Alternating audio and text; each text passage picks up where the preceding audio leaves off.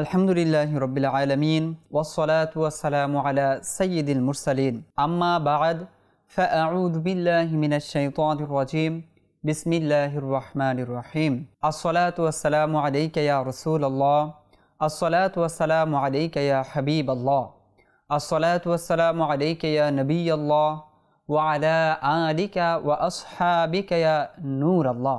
মাদানী চ্যানেলের দর্শকবৃন্দ, কাছে কিংবা দূরে থেকে, দেশ কিংবা প্রবাস থেকে যারাই আমাদের সাথে আছেন, আমাদের দেখছেন, সবাইকে জানাই আন্তরিক মোবারকবাদ ও শুভেচ্ছা। আপনারা দেখছেন রজব মাসের বিশেষ অনুষ্ঠান আরশের মেহমান।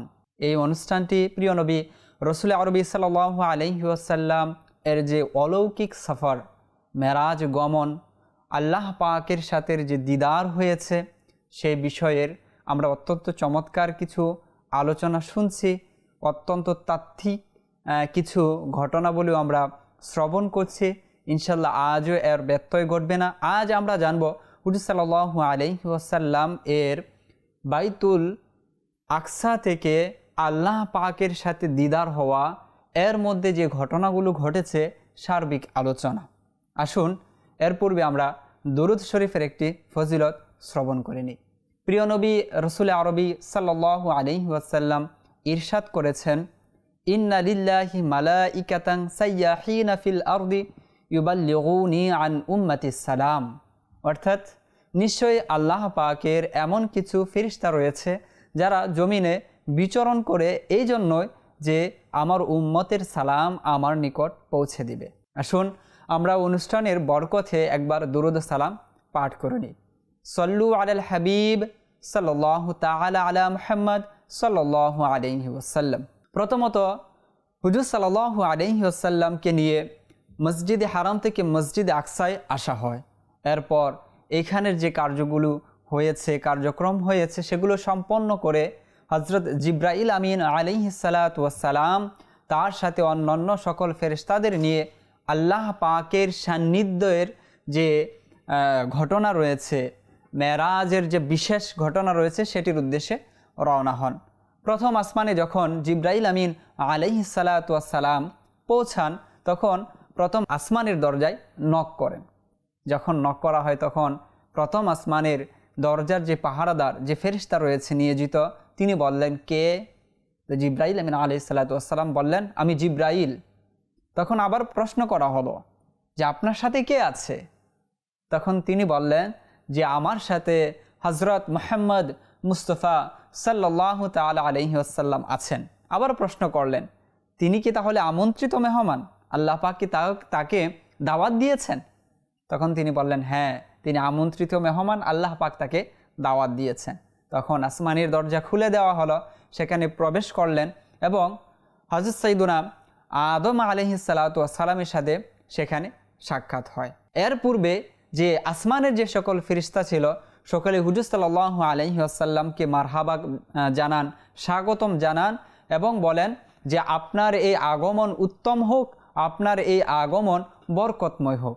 অতঃপর হুজুর সাল্লাল্লাহু আলাইহি ওয়াসাল্লামের সাথে আদম আলাইহিস সালাতু ওয়াসসালামের সাক্ষাৎ হয় এবং জিবরাইল আমিন আলাইহিস সালাতু ওয়াসসালাম এই সাক্ষাতের মধ্যে দূত হিসাবে কাজ করেন, অর্থাৎ মধ্যবর্তী হিসাবে তিনি দায়িত্ব পালন করেন, পরিচয় করিয়ে দেন ইনি হচ্ছেন আপনার পিতা আদম আলাইহিস সালাতু ওয়াসসালাম। এবং হুজুর সাল্লাল্লাহু আলাইহি ওয়াসাল্লামকে বলেন যে আপনার পিতাকে সালাম জানান। তখন তিনি সালাম করেন এবং আদম আলাইহিস সালাতু ওয়াসসালাম তার সালামের উত্তর প্রদান করেন। অতঃপর হুজুর সাল্লাল্লাহু আলাইহি ওয়াসাল্লামকে তিনি এভাবে অভিবাদন জানান যে বরকতময় হোক নেক সন্তানের এবং নেক নবীর, অর্থাৎ সালেহ সন্তান এবং সালেহ নবী।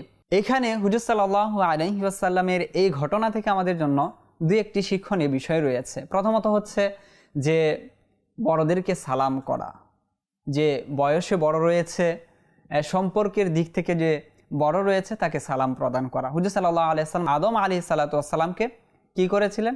সালাম প্রদান করেছিলেন। এবং আবার বড়দের পক্ষ থেকে মুবারকবাদ দেওয়ার যে একটি বিষয় রয়েছে, সেই বিষয়টি কিন্তু আমরা এখানে পাই। হুজুর সাল্লাল্লাহু আলাইহি ওয়াসাল্লামকে যে সুন্দর উপাধির মাধ্যমে তিনি অভিবাদন জানিয়েছেন, মুবারকবাদ জানিয়েছেন, এটাও কিন্তু আমাদের বড়দের জন্য একটি শিক্ষা যে ছোটদেরকে কি করা? উৎসাহ প্রদান করা, তাদের কাজে আরও কী করা, অ্যাপ্রিসিয়েট করা, এনকারেজ করা, যাতে করে তারা আরও মনোবল বৃদ্ধি পায়। এটা কিন্তু আমাদের জন্য একটি শিক্ষা। অতঃপর হযরত সাইয়্যিদুনা জিবরাইল আমিন আলাইহিস সালাতু ওয়াস সালাম হুজুর সাল্লাল্লাহু আলাইহি ওয়াসাল্লামকে নিয়ে দ্বিতীয় আসমানে যান। সেখানে দরজায় গিয়ে নক করেন এবং দ্বিতীয় আসমানে ফেরেশতা প্রশ্ন করেন, কে? তো জিবরাইল আমিন আলাইহিস সালাতু ওয়াস সালাম বলেন, আমি জিবরাইল। তখন আবারও বলা হয়, আপনার সাথে কে আছে? বলে, আমার সাথে হযরত মুহাম্মদ সাল্লাল্লাহু আলাইহি ওয়াসাল্লাম আছেন। তখন আবারও বলা হয়, তিনি কি আমন্ত্রিত? বলেন, হ্যাঁ, তিনি আমন্ত্রিত। দরজা খুলে দেওয়া হয়, প্রবেশ করেন। সেখানে যে সকল ফেরেশতারা ছিল সকলে হুজুর সাল্লাল্লাহু আলাইহি ওয়াসাল্লামকে অভিবাদন জানান এবং এভাবে বলেন যে আপনার এই সফর উত্তম হোক, আপনার এই সফর কল্যাণময় বরকতময় হোক। অতঃপর দ্বিতীয় আসমানে হযরত সাইয়্যিদুনা ঈসা আলাইহিস সালাতু ওয়াস সালাম এবং ইয়াহইয়া আলাইহিস সালাতু ওয়াস সালামের সাথে সাক্ষাৎ হয় এবং হযরত সাইয়্যিদুনা জিবরাইল আমিন আলাইহিস সালাতু ওয়াস সালাম পরিচয় করিয়ে দেন যে ইনি হচ্ছেন ঈসা আলাইহিস সালাতু ওয়াস সালাম আর ইনি হচ্ছেন ইয়াহইয়া আলাইহিস সালাতু ওয়াস সালাম। তাদেরকে আপনি সালাম দিন। আবারও সালাম দেওয়া হয়, তারা সালামের উত্তর প্রদান করেন এবং সেখানে হযরত সাইয়্যিদুনা ঈসা আলাইহিস সালাতু ওয়াস সালাম এবং ইয়াহইয়া আলাইহিস সালাতু ওয়াস সালাম হুজুর সাল্লাল্লাহু আলাইহি ওয়াসাল্লামকে অভিবাদন জানান যে এভাবে নেক ভাই এবং নেক নবীর এই যে সফর রয়েছে বা তার জন্য এই সফর কল্যাণময় হোক, তাকে স্বাগতম জানাচ্ছি। অতঃপর আবারও জিবরাইল আমিন আলাইহিস সালাতু ওয়াস সালাম তৃতীয় আসমানের দিকে সফর করেন। সেখানে পৌঁছে আবারও তিনি দরজায় নক করেন। ফেরেশতারা আবারও সেই প্রশ্নগুলো করতে থাকেন যে আপনি কি, আপনার সাথে কি আছে, আর যিনি এসেছেন তিনি কি আমন্ত্রিত?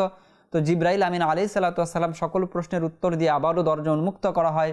সেখানকার ফেরেশতারা হুজুর সাল্লাল্লাহু আলাইহি ওয়াসাল্লামকে অভিবাদন জানান এবং সেখানে গিয়ে যেই নবীর সাথে দেখা হয় তিনি হচ্ছেন হযরত সাইয়্যিদুনা ইউসুফ আলাইহিস সালাতু ওয়াস সালাম।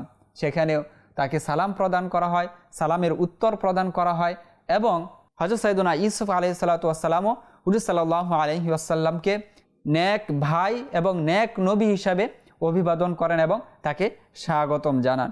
অতঃপর হযরত জিবরাইল আমিন আলাইহিস সালাতু ওয়াস সালাম চতুর্থ আসমানে পৌঁছান। সেখানে সেম অ্যাক্টিভিটি, সেম কাজ হয়। সেখানে দেখা হয় হযরত সাইয়্যিদুনা ইদ্রিস আলাইহিস সালাতু ওয়াস সালামের সাথে। সেখানে হযরত সাইয়্যিদুনা জিবরাইল আমিন আলাইহিস সালাতু ওয়াস সালাম পরিচয় করিয়ে দেন, সালাম প্রদান হয় এবং হযরত সাইয়্যিদুনা ইদ্রিস আলাইহিস সালাতু ওয়াস সালাম বলেন যে নেক ভাই এবং নেক নবীর এই যে সফর রয়েছে তার আশা, তার জন্য এটা কি হোক, সৌভাগ্যমণ্ডিত হোক। অতঃপর হযরত সাইয়্যিদুনা জিবরাইল আমিন আলাইহিস সালাতু ওয়াস সালাম পঞ্চম আসমানে নিয়ে যান। সেখানে হযরত সাইয়্যিদুনা হারুন আলাইহিস সালাতু ওয়াস সালামের সাথে দেখা হয়, সালাম বিনিময় হয় এবং সেখানে একইভাবে অভিবাদন জানানো হয়। ষষ্ঠ আসমানে যখন হযরত সাইয়্যিদুনা জিবরাইল আমিন আলাইহিস সালাতু ওয়াস সালাম নিয়ে যান, সেখানে হযরত সাইয়্যিদুনা মূসা আলাইহিস সালাতু ওয়াস সালামের সাথে সাক্ষাৎ হয়। মূসা আলাইহিস সালাতু ওয়াস সালামকে পরিচয় করিয়ে দেন, সালাম বিনিময় হয় এবং মূসা আলাইহিস সালাতু ওয়াস সালাম অভিবাদন জানান যে আপনার এই আগমন, এই সফর এটা বরকতময় হোক, নেক ভাই নেক নবীর এই যে বিষয়টি রয়েছে এটি বরকতময় হোক। যখন হুজুর সাল্লাল্লাহু আলাইহি সাল্লাম তার সাথে কথা বলা শেষে সামনের দিকে অগ্রসর হন, তখন মূসা আলাইহিস সালাতু ওয়াস সালাম কান্না করছিলেন। কেন কান্না করছিলেন? কান্না করছিলেন এই জন্য যে তিনি বলেন যে আমার পর এমন এক মহান বালককে আল্লাহ তাআলা প্রেরণ করেছেন যার উম্মত আমার উম্মতের চেয়ে বেশি জান্নাতে প্রবেশ করবে। অর্থাৎ তার উম্মত আমার উম্মতের চেয়ে অধিক হবে, তার উম্মত আমার উম্মতের চেয়ে অধিক নেককার হবে, তারা অধিক নাজাত প্রাপ্ত হবে। এই যে একটি উম্মতের দিক থেকে একটা ফজিলতের বিষয় রয়েছে, যখন এই বিষয়টা হুজুর সাল্লাল্লাহু আলাইহি ওয়াসাল্লামের উম্মতের কারণে তার হাতছাড়া হচ্ছিল, তো এই বিষয়টা তিনি কান্না করছিলেন যে আল্লাহ পাক তাকে এমন উম্মত দান করেছেন। অতঃপর হুজুর সাল্লাল্লাহু আলাইহি ওয়াসাল্লামকে নিয়ে হযরত জিবরাইল আমিন আলাইহিস সালাতু ওয়াস সালাম সপ্ত আসমানে যান। সেখানে হযরত সাইয়্যিদুনা ইব্রাহিম আলাইহিস সালাতু ওয়াস সালামের সাথে সাক্ষাৎ হয় এবং সেখানে সালাম বিনিময় হয়। হযরত সাইয়্যিদুনা ইব্রাহিম আলাইহিস সালাতু ওয়াস সালামের সাথে এভাবে পরিচয় করানো হয় যে ইনি হচ্ছেন আপনার পিতা, আপনি তাকে সালাম প্রদান করুন। হুজুর সাল্লাল্লাহু আলাইহি ওয়াসাল্লাম সালাম দেন, সালামের উত্তর দেন এবং ইব্রাহিম আলাইহিস সালাতু ওয়াস সালাম তাকে বলেন যে তোমার এই সফর মুবারক হোক বা বরকতময় হোক, নেক সন্তানের এবং নেক নবীর। অর্থাৎ এই যে সফরটা রয়েছে প্রথম আসমান থেকে সপ্ত আসমান, এখানে প্রায় 8 জন নবীর সাথে সাক্ষাৎ হয়। 2 জন নবী আদম আলাইহিসসালাতু ওয়াসসালাম এবং ইব্রাহিম আলাইহিসসালাতু ওয়াসসালাম হুজুর সাল্লাল্লাহু আলাইহি ওয়াসাল্লামকে ছেলে বলে সম্বোধন করেন। আদম আলাইহিসসালাতু ওয়াসসালাম হচ্ছেন পিতার দিক থেকে, যে তার মাধ্যমে এই বংশধারা চালিত হয়েছে, তিনি হচ্ছেন সকল আদম সন্তানের পিতা। আর ইব্রাহিম আলাইহিসসালাতু ওয়াসসালাম যে বংশীয় যে বিষয়টি রয়েছে বা মুসলিম জাতির পিতা হিসাবে তাকে এখানে পিতা হিসাবে সম্বোধন করা হয়েছে। তো দুইটি পিতা এখানে পাওয়া গেল, এক হচ্ছে হযরত সাইয়্যিদুনা আদম আলাইহিসসালাতু ওয়াসসালাম, আর এক হচ্ছে হযরত সাইয়্যিদুনা ইব্রাহিম আলাইহিসসালাতু ওয়াসসালাম। আর হুজুর সাল্লাল্লাহু আলাইহি ওয়াসাল্লাম ইব্রাহিম আলাইহিসসালাতু ওয়াসসালামের বংশ থেকেই এসেছেন, কেননা ইসমাইল আলাইহিসসালাতু ওয়াসসালাম ইব্রাহিম আলাইহিসসালাতু ওয়াসসালামের বড় ছেলে ছিলেন এবং তার বংশ থেকে আর কোনো নবী আসেননি, শুধুমাত্র প্রিয় নবী রাসূল আরবি সাল্লাল্লাহু আলাইহি ওয়াসাল্লাম আমাদের সর্বশেষ এবং সর্বশ্রেষ্ঠ নবী, তার বংশ থেকে আগমন করেছেন। তো এই দিক থেকেও তিনি কি তার পূর্ব যারা আছেন সেই হিসাবে তিনি পিতা হন। অতঃপর হযরত সাইয়্যিদুনা জিবরাইল আমিন আলাইহিসসালাতু ওয়াসসালাম হুজুর সাল্লাল্লাহু আলাইহি ওয়াসাল্লামকে নিয়ে বাইতুল মামুরে যান। সেখানে হুজুর সাল্লাল্লাহু আলাইহি ওয়াসাল্লামের জন্য যে সকল ফেরেশতারা ছিলেন তারা সমবেত হন এবং সেখানে হযরত সাইয়্যিদুনা জিবরাইল আমিন আলাইহিসসালাতু ওয়াসসালাম আযান প্রদান করেন। যখন জিবরাইল আমিন আলাইহিসসালাতু ওয়াসসালাম আযান প্রদান করেন তখন হুজুর সাল্লাল্লাহু আলাইহি ওয়াসাল্লাম মনে করেন যে এখানে হয়তো ইমামতিটা জিবরাইল আমিন আলাইহিসসালাতু ওয়াসসালামই করবেন। যেমনটা আয়েশা রাদিয়াল্লাহু তাআলা আনহা থেকে বর্ণিত, তিনি বলেন ক্বালা রাসূলুল্লাহ সাল্লাল্লাহু আলাইহি ওয়াসাল্লাম লাম্মা উসরিয়া বি ইলাস সামাই আযানা জিবরিলু ফাযানান্তুল মালাইকাতু আন্নাহু ইউসাল্লি বিহিম ফাকদ্দামানি ফাসাল্লাইতু বিল মালাইকাতি। অর্থাৎ যখন হুজুর সাল্লাল্লাহু আলাইহি ওয়াসাল্লামকে আসমানে নিয়ে যাওয়া হয় তো জিবরাইল আমিন আলাইহিসসালাতু ওয়াসসালাম আযান প্রদান করেন। তো হুজুর সাল্লাল্লাহু আলাইহি ওয়াসাল্লাম মনে করেন তিনি যেহেতু ফেরেশতা আর এখানে যে নামাজ হবে এটা ফেরেশতাদের জামাত হবে, ফেরেশতারা এখানে নামাজ পড়বেন, বাইতুল মামুর ফেরেশতাদের কিবলা, তো এখানে হয়তো ইমামতি জিবরাইল আমিন আলাইহিসসালাতু ওয়াসসালামই করবেন। কিন্তু না, জিবরাইল আমিন সেখানে হুজুর সাল্লাল্লাহু আলাইহি ওয়াসাল্লামকে সামনে অগ্রসর করলেন। কেন করলেন? কেননা হুজুর সাল্লাল্লাহু আলাইহি ওয়াসাল্লাম যেমনিভাবে জিন ও মানবের রসুল অনুরূপভাবে ফেরেশতাদেরও রসুল, যেমনিভাবে তিনি আমাদের ইমাম, যেমনিভাবে তিনি আমাদের সর্দার, অনুরূপভাবে তিনি ফেরেশতাদেরও সর্দার।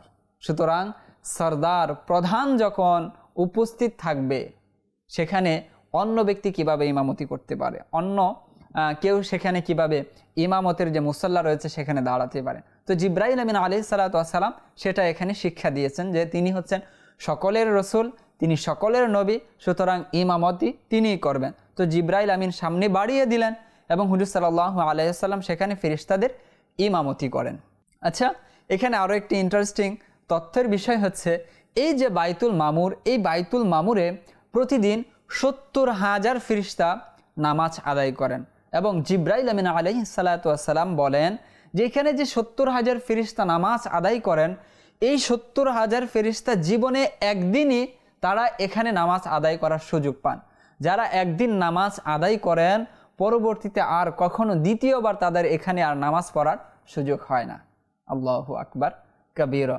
এটা হচ্ছে সেই বাইতুল মামুর যেখানে ফেরেশতারা নামাজ আদায় করারও একটা কি রয়েছে, শিডিউল রয়েছে যে একবার যদি তুমি আদায় করে না তাহলে আর সুযোগ নেই। কিন্তু আলহামদুলিল্লাহ আমাদের যে কিবলা রয়েছে মসজিদে হারাম, সেখানে কেউ যদি চায় সে বারবার সেখানে গিয়ে কি করতে পারে, নামাজ আদায় করতে পারে। এটা আল্লাহ পাকের এক বিশেষ ইহসান আমাদের প্রতি যে তিনি আমাদেরকে এই সৌভাগ্য দিয়েছেন যেখানে গিয়ে এক ওয়াক্ত নামাজ পড়া মানে কি 1 লক্ষ রাকাত নামাজ আদায়ের সমপরিমাণ সওয়াব রয়েছে। সুতরাং এটা এই উম্মতের জন্য আমাদের জন্য এক বিশেষ সৌভাগ্যের বিষয়। হুজুর সাল্লাল্লাহু আলাইহি ওয়াসাল্লামকে নিয়ে জিবরাইল আমিন আলাইহিসসালাতু ওয়াসসালাম সপ্ত আসমানে জামাতের এই কার্যক্রম শেষ করে সম্পন্ন করে এখানে তো ফেরেশতাদের মধ্যে হুজুর সাল্লাল্লাহু আলাইহি ওয়াসাল্লামের যে সম্মান রয়েছে, তার সম্মানকে ফুটিয়ে তোলা, সম্মানকে প্রকাশ করার একটি বিষয় হচ্ছে এই নামাজ। এই নামাজের মাধ্যমে, এই ইমামতির মাধ্যমে হুজুর সাল্লাল্লাহু আলাইহি ওয়াসাল্লামের সম্মান প্রকাশ করাটাই ছিল মূল মাকসাদ। যে হুজুর সাল্লাল্লাহু আলাইহি ওয়াসাল্লাম ফেরেশতাদেরও সরদার, ফেরেশতাদেরও রসুল, তিনি তাদেরও ইমাম, সেই বিষয়টা প্রকাশ করার জন্য সেখানে কি হয়েছে, নামাজ আদায় হয়েছে। অতঃপর হযরত সাইয়্যিদুনা জিবরাইল আমিন আলাইহিস সালাতু ওয়াস সালাম হুজুর সাল্লাল্লাহু আলাইহি ওয়াসাল্লামকে নিয়ে সিদরাতুল মুনতাহার দিকে গেলেন। যে সিদরাতুল মুনতাহার কথা আমরা সূরা নাজমের মধ্যে শুনেছি যে ইনদা সিদরাতিল মুনতাহা ইনদাহা জান্নাতুল মাওয়া, এই সিদরাতুল মুনতাহার নিকটই হচ্ছে জান্নাতুল মাওয়া। তো সিদরাতুল মুনতাহারও একটি বিবরণ আমরা এখানে শুনতে পাই যে হুজুর সাল্লাল্লাহু আলাইহি ওয়াসাল্লামকে নিয়ে যখন সিদরাতুল মুনতাহায় যাওয়া হয়, তো হুজুর সাল্লাল্লাহু আলাইহি ওয়াসাল্লাম এর ব্যাখ্যা করেন যে সিদরাতুল মুনতাহা যে আছে, যে সিদরা আছে, এটা হচ্ছে একটি মূলত বড়ই গাছ। আর এই বড়ই গাছের যে বড়ইগুলো আছে এগুলো হচ্ছে হাজর নামক স্থানের বড় বড় যে মটকা আছে, যেমন আমরা আগে দেখতাম যে বিশাল বড় বড় মটকি বা মটকা, এগুলোর মধ্যে ধান চাউল রাখা হতো। তো এত বড় বড় এর বড়ই, আর এর যে এই গাছের যে পাতাগুলো আছে এই পাতাগুলো হচ্ছে হাতির কানের মতো। তা হুজুর সাল্লাল্লাহু আলাইহি ওয়াসাল্লাম বর্ণনা করেছেন। এবং হুজুর সাল্লাল্লাহু আলাইহি ওয়াসাল্লাম বলেন এর পাশেই 4টি নদী রয়েছে, 2টি নদী হচ্ছে প্রকাশ্য আর 2টি নদী হচ্ছে অপ্রকাশ্য, যেগুলো দেখা যায় না, অপ্রকাশিত।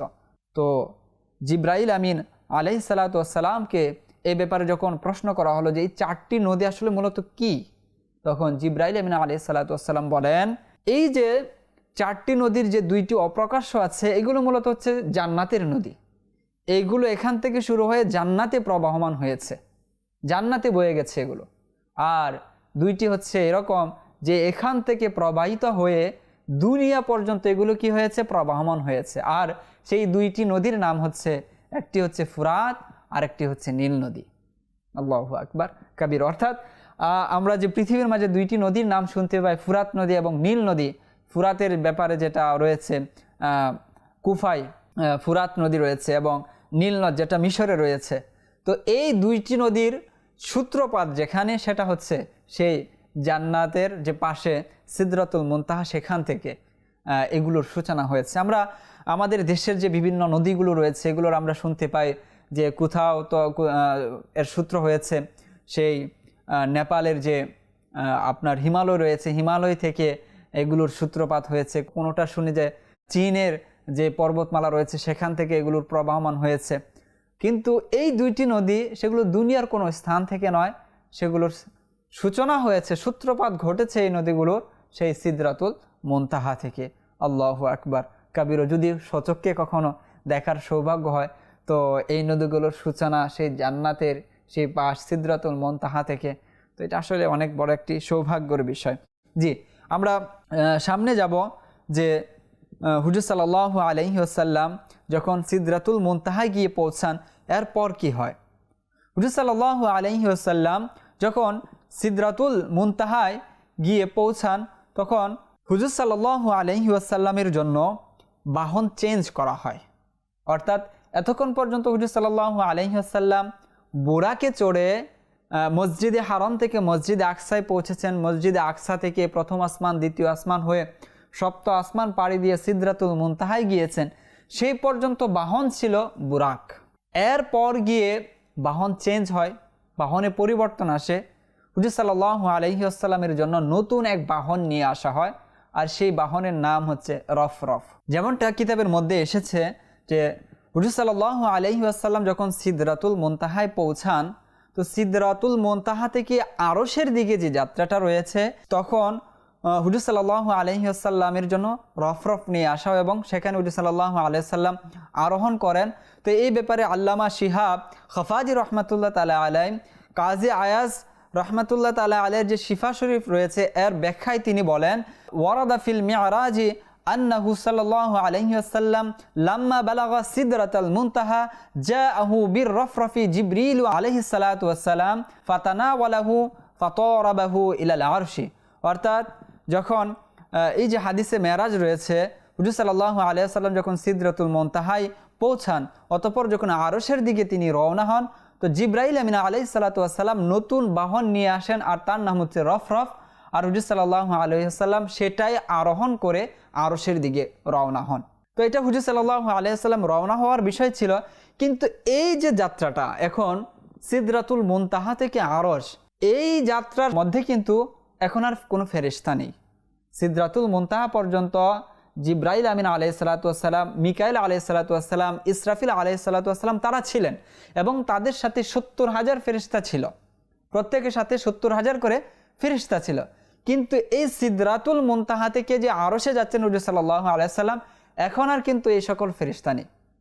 এমনকি জিব্রাইল আমিন আলাইহিসসালাতু ওয়াসসালাম তিনি নিজেও বলে দিচ্ছেন যে হে আল্লাহর রসুল, আমি এর সামনে অগ্রসর হতে পারবো না, এখন আর যে সফর রয়েছে এটা আপনি নিজে একাকী করবেন। আল্লামা নিজামুদ্দিন নিশাপুরি রহমাতুল্লাহ তাআলা আলাইহি তিনি বর্ণনা করেছেন যে আখদা বিরিকাবি মুহাম্মাদিন সাল্লাল্লাহু আলাইহি ওয়াসাল্লাম হাত্তা আরকাবাহু আলাল বুরাক লাইলাতাল মি'রাজ ওয়ালাম্মা ওয়াসালা মুহাম্মাদুন সাল্লাল্লাহু আলাইহি ওয়াসাল্লাম ইলা বা'দিল মাকামাতি তাখাল্লাফা আনহু জিবরিলু ওয়া ক্বালা লাউ দানানতু আন মিলাতান লা উহতিরাকতু। অর্থাৎ জিব্রাইল আমিন আলাইহিসসালাতু ওয়াসসালামের ব্যাপারে বলা হচ্ছে এই যে দীর্ঘ সফর হয়েছে এর প্রত্যেকটা জায়গায় তো জিব্রাইল আমিন আলাইহিসসালাতু ওয়াসসালাম হুজুর সাল্লাল্লাহু আলাইহি ওয়াসাল্লামের যে বুরাক ছিল, বুরাকের লাগামে ধরে ধরে হুজুর সাল্লাল্লাহু আলাইহি ওয়াসাল্লামকে নিয়ে যাচ্ছিলেন। যেভাবে বরাতের মধ্যে যখন নতুন জামাই বিবাহ করতে যায় তো ঘোড়ায় আরোহণ করে যদি যায় তাহলে তার ঘোড়ার লাগাম ধরে একজন কি করে নিয়ে যেতে থাকে, সম্মান একটা বিষয় প্রকাশ পায়। তো অনুরূপভাবে জিব্রাইল আমিন আলাইহিসসালাতু ওয়াসসালাম এই সফরের মধ্যে হুজুর সাল্লাল্লাহু আলাইহি ওয়াসাল্লামের যে বুরাক ছিল সেটা লাগাম ধরে ধরে নিয়ে যাচ্ছিলেন, সম্মান প্রদর্শনের একটি বিষয় এখানে প্রকাশিত হচ্ছিল। তো এইভাবে যেতে যেতে যেতে যেতে যখন সিদরাতুল মুনতাহায় পৌঁছান তখন জিব্রাইল আমিন আলাইহিসসালাতু ওয়াসসালাম অপারগতা পেশ করেন এবং তিনি বলেন লাউ দানাউতু, যে আমি যদি আর একটু সামনে অগ্রসর হই, আন মিলাতান 1 ইঞ্চি, 1 হাত নয়, যে বলছেন এই যে সিদরাতুল মুনতাহায় এসেছি এরপর আমি যদি আর একটু সামনে অগ্রসর হই তাহলে লা উহতিরাকতু, আমি জ্বলে যাব। আল্লাহু আকবার কবীরা।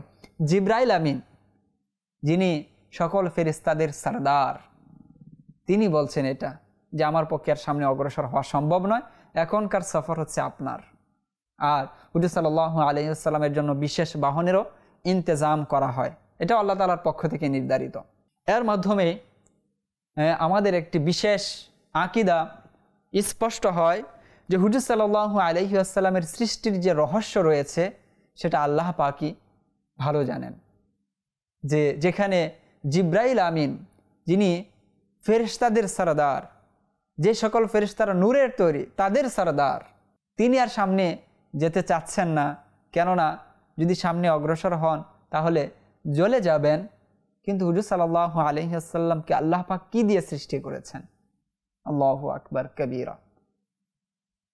তো এটাই প্রতীয়মান হয় যে আল্লাহ পাকের সাথে সাক্ষাতের যে বিষয়টা রয়েছে এবং হুজুর সাল্লাল্লাহু আলাইহি ওয়াসাল্লামের এই যে সফর রয়েছে এটা সাধারণ মানুষ বা আমরা যেভাবে সৃষ্টি হয়েছি বা বৈজ্ঞানিক দৃষ্টিকোণ থেকে যেভাবে দেখা হয় এটা সাধারণ মানুষের ক্ষেত্রে এটা সম্ভব নয়।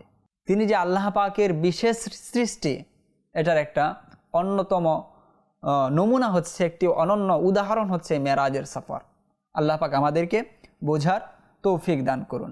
তো জিব্রাইল আমিন আলাইহিসসালাতু ওয়াসসালাম তিনি এখানে অপারগতা পেশ করলেন। অতঃপর হুজুর সাল্লাল্লাহু আলাইহি ওয়াসাল্লাম আল্লাহ পাকের বিশেষ নৈকট্য লাভ করেন।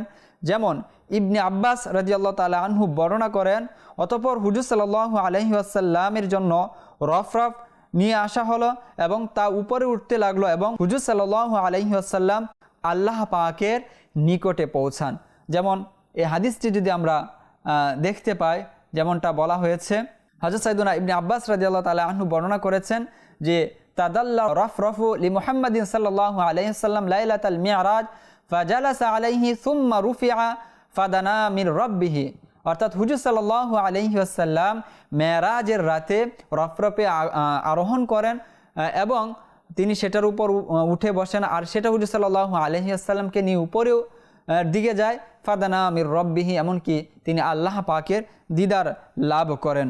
যে হুজুর সাল্লাল্লাহু আলাইহি ওয়াসাল্লাম আল্লাহ পাকের যে দিদার লাভ করেছেন সে ব্যাপারে তিরমিজি শরীফের হাদিসের মধ্যে এসেছে যে হুজুর সাল্লাল্লাহু আলাইহি ওয়াসাল্লাম আল্লাহ পাকের সাথে যে সাক্ষাৎটা হয়েছে সেটা সশরীরে হয়েছে। যেমনটা তিনি বলেন, ফারাআইতুহু আযজা ওয়া জাল্লা ওয়াদআ কাফাহু বাইনা কাতাফাইয়া ফাওয়াজাদতু, আল্লাহ পাক তার কুদরতি হাত আমার উভয় কাঁধের মাঝে রেখেছিলেন এবং আমি এর শীতলতা অনুভব করেছি। অনুরূপভাবে ইমাম তাবারানী রহমাতুল্লাহ তাআলা আলাইহি মুআজাম আওসাতের মধ্যে বর্ণনা করেছেন, আব্দুল্লাহ ইবনে আব্বাস রাদিয়াল্লাহু তাআলা আনহুর সূত্রে তিনি বলেন, আন্নাহু কানা ইয়াকুলু আন্না মুহাম্মাদান সাল্লাল্লাহু আলাইহি ওয়াসাল্লাম রাআ রাব্বাহু মাররাতান বিবাসরিহি ওয়া মাররাতান বিফুআদিহি। অর্থাৎ হুজুর সাল্লাল্লাহু আলাইহি ওয়াসাল্লাম এই যে আল্লাহ পাকের দিদার করেছেন, এটা কপালের চোখ দিয়ে হয়েছে। যেমনটা বলেন যে আল্লাহ পাকের সাক্ষাৎ তিনি দুইবার করেছেন, একবার কপালের চোখের মাধ্যমে, আরেকবার অন্তর দৃষ্টির মাধ্যমে। অনুরূপভাবে ইমাম কাসতালানী রহমাতুল্লাহ তাআলা আলাইহি মাওয়াহিবুল লাদুনিয়ায় তিনি বর্ণনা করেছেন যে এই যে সাক্ষাৎটা হয়েছে, এই সাক্ষাৎটা আরশের উপরে হয়েছে। অর্থাৎ হুজুর সাল্লাল্লাহু আলাইহি ওয়াসাল্লাম সিদরাতুল মুনতাহা পার হয়ে, আরশ পার হয়ে লা মাকামে গিয়ে আল্লাহ পাকের এই দিদার করেছেন, এই বিষয়গুলো থেকে এখানে প্রতীয়মান হয়। অতঃপর সেখানে আল্লাহ পাকের সাথে হুজুর সাল্লাল্লাহু আলাইহি ওয়াসাল্লামের কথোপকথন হয়, যেই কথোপকথনের কথা আল্লাহ পাক নিজেই ইরশাদ করেছেন, ফাওহা ইলা আবদিহি মা আওহা। অতঃপর তিনি তার স্বীয় বান্দার প্রতি যা ওহী করার তা করেছেন। আর এই ওহির যে ব্যাপকতা কত রয়েছে সেটা কোনো বান্দা অনুমান করতে পারবে না, কোনো বান্দার আকলের মধ্যে সেটা সংকলন হবে না যে আল্লাহ পাক কী পরিমাণে ওহী করেছিলেন। এবং আল্লাহ পাকের সাথে যে কথোপকথন হয়েছে সেই ব্যাপারে হাদিসে পাকের মধ্যেও বর্ণনা এসেছে যে তিনি আল্লাহ পাকের নিকট প্রথমত যে আম্বিয়া কেরামকে যে ফজিলতগুলো দিয়েছেন সেগুলো তিনি উল্লেখ করেন।